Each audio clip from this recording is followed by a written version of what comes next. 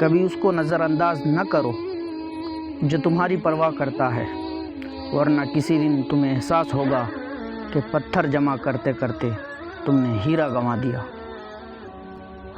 وہ جگہ چھوڑ دو جہاں تمہارے احساس اور تمہارے الفاظ کی قدر نہ ہو، پھر چاہے وہ کسی کا گھر ہو یا کسی کا دل۔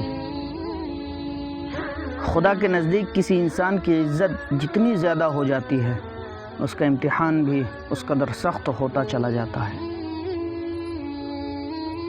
اگر انسان کو تکبر کے بارے میں اللہ کی ناراضگی اور سزا کا علم ہو جائے تو بندہ صرف فقیروں اور غریبوں سے ملے اور مٹی پر بیٹھا کرے۔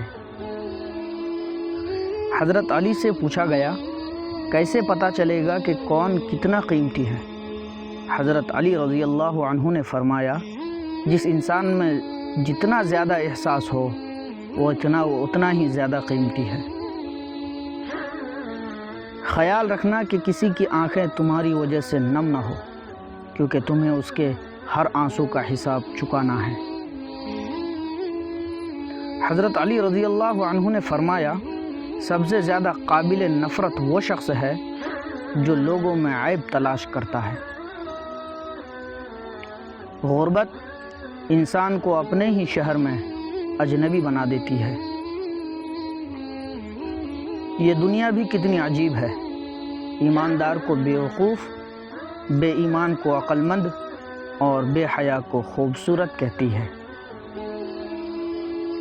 حضرت علی رضی اللہ عنہ نے فرمایا، غیبت کرنا کمزور آدمی کی آخری خواہش ہوتی ہے۔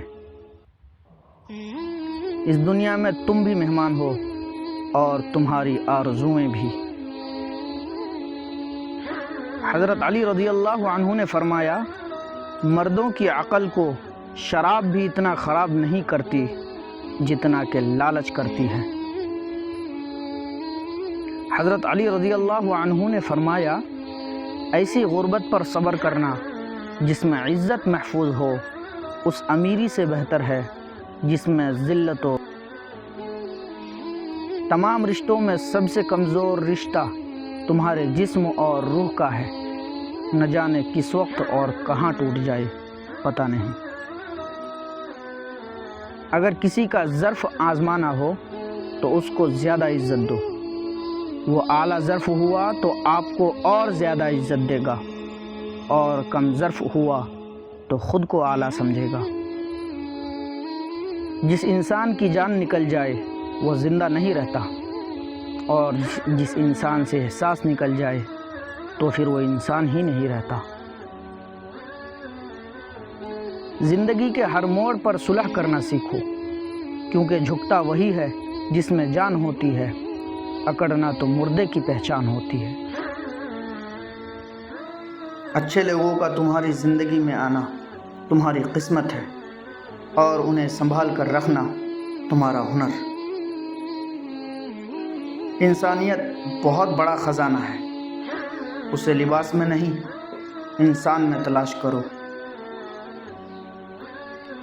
حضرت علی رضی اللہ عنہ نے فرمایا، کبھی نہ گرنا کمال نہیں ہے، گر کے سنبھل جانا کمال ہے۔ دوستی اور محبت ان سے کرو جو نبھانا جانتے ہو، نفرت ان سے کرو جو بھلانا جانتے ہو، اور غصہ ان سے کرو جو منانا جانتے ہو۔